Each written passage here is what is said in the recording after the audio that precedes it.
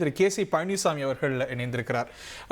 2 நாட்களுக்கு முன்னாடி நீங்க சொல்லும்போது திரு பன்னீர்செல்வம் என்டிஏ விட்டு போகவே மாட்டார், அவங்களே போக சொன்னாலும் போக மாட்டார் அப்படின்னு யூகிச்சிருந்தீங்க. அதை தவறு கூட சொல்ல முடியாது. அவரோட ட்ராக் ரெக்கார்டு, அவங்க மேல அவர் வெளிப்படுத்திய பற்றுறுதி இந்த கணிப்புக்கு காரணமாக இருக்கலாம். இன்னைக்கு அதிரடியா என்டிஏலேருந்து விலகல் அப்படிங்கிற அறிவிப்பு வந்திருக்கிறது. திரு கே.சி. பழனிசாமி எப்படி பாக்குறீங்க?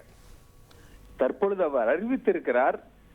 ஆனால் இந்த அறிவிப்பில் அவர் உறுதியாக இருப்பாரா? மீண்டும் ஒருவேளை பாரதிய ஜனதா கட்சியிலிருந்து அவரிடத்துல பேசுகிற பொழுது அவர் தன்னுடைய முடிவை மாற்றிக்கொள்வதற்கான வாய்ப்புகள் அதிகமாக இருக்கிறது.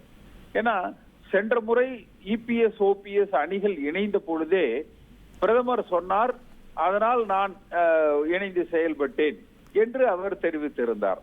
தற்பொழுதும் அதிமுக கூட்டணியில இவருக்கு அங்கம் இடம் இல்லை என்பதாக திரு எடப்பாடி பழனிசாமி கருத்துக்களை தெரிவித்திருக்கிறார். மீண்டும் பிரதமர் இவரை சந்திக்க மறுத்தது ஒரு காரணமாக இருக்கிறது. ஒருவேளை அதிமுகவில் இணைப்புக்கு சாத்தியம் இல்லை என்கிற அந்த கருத்து அவரை பாதித்திருக்கிறது. பாரதிய ஜனதா கட்சி ஒருவேளை தலையிட்டு ஏதேனும் ஒரு சமரசத்தை உருவாக்கினால் மீண்டும் அவர் தன்னுடைய முடிவை மறுபரிசீலனை செய்வதற்கு வாய்ப்புகள் இந்த சமரசங்கள்லாம் முயற்சி செய்யாமலையா இந்த முடிவை இவ்வளவு தீர்க்கமா அறிவிப்பாரு? இன்று காலை திரு ஸ்டாலின் முதலமைச்சர் அவர்களை திரு ஓபிஎஸ் அவர்கள் சந்தித்திருக்கிறார். அப்ப அவர் ஒரு குழப்பமான மனநிலையில் இருப்பதை மட்டும்தான் காட்டுது. சில நாட்களுக்கு முன்பு ஒருவேளை தாவேகாவில் திரு விஜய் அவர்களோடு பயணிப்பதாக உங்க ஹரி தந்தி டிவியில உங்க பேட்டியில தான் திரு பண்ருட்டி ராமச்சந்திரன் அவர்கள் சொல்கிறார்.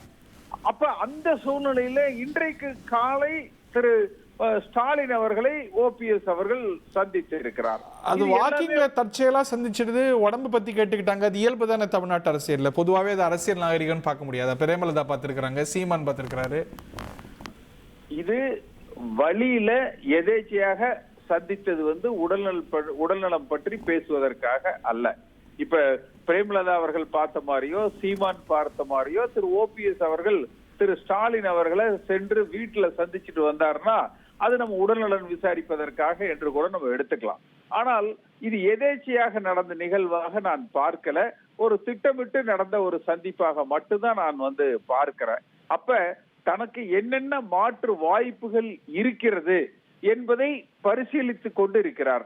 இப்படி பரிசீலித்துக் கொண்டு இருக்கிற காலகட்டங்கள்ல மீண்டும் ஒருவேளை பாரதிய ஜனதா கட்சி இவரிடத்தில் நேசக்கரம் நீட்டினால் திரு எடப்பாடி பழனிசாமி தன்னுடைய நிலையிலிருந்து இறங்கி வருவாரேயானால் இவர் அந்த முடிவுகளை மாற்றிக்கொள்வதற்கு வாய்ப்பு இருக்கு. ஏன்னா எடப்பாடி பழனிசாமி அவர்கள் இவருக்கு கூட்டணியில இடம் இல்லைன்னு சொல்லல. நீங்கள் தனி கட்சியாக துவக்கி தினகரனை போல வாருங்கள், நாங்கள் இடம் தருகிறோம் கூட்டணியில் என்றுதான் சொன்னாரு.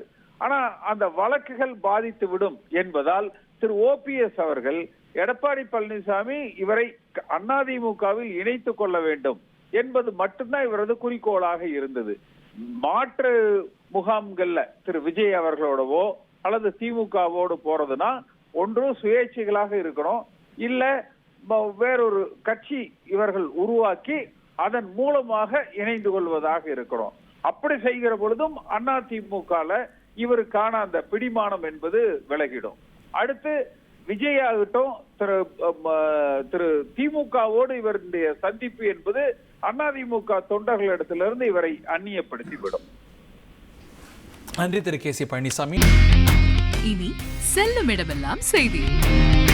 தந்தி டிவியின் வாட்ஸ்அப் சேனலை ஃபாலோ பண்ணினா செல்ல இருக்கும் இடமெல்லாம் செய்தி. இதோ QR கோட் இப்பவே ஸ்கேன் பண்ணுங்க, ஃபாலோ பண்ணுங்க.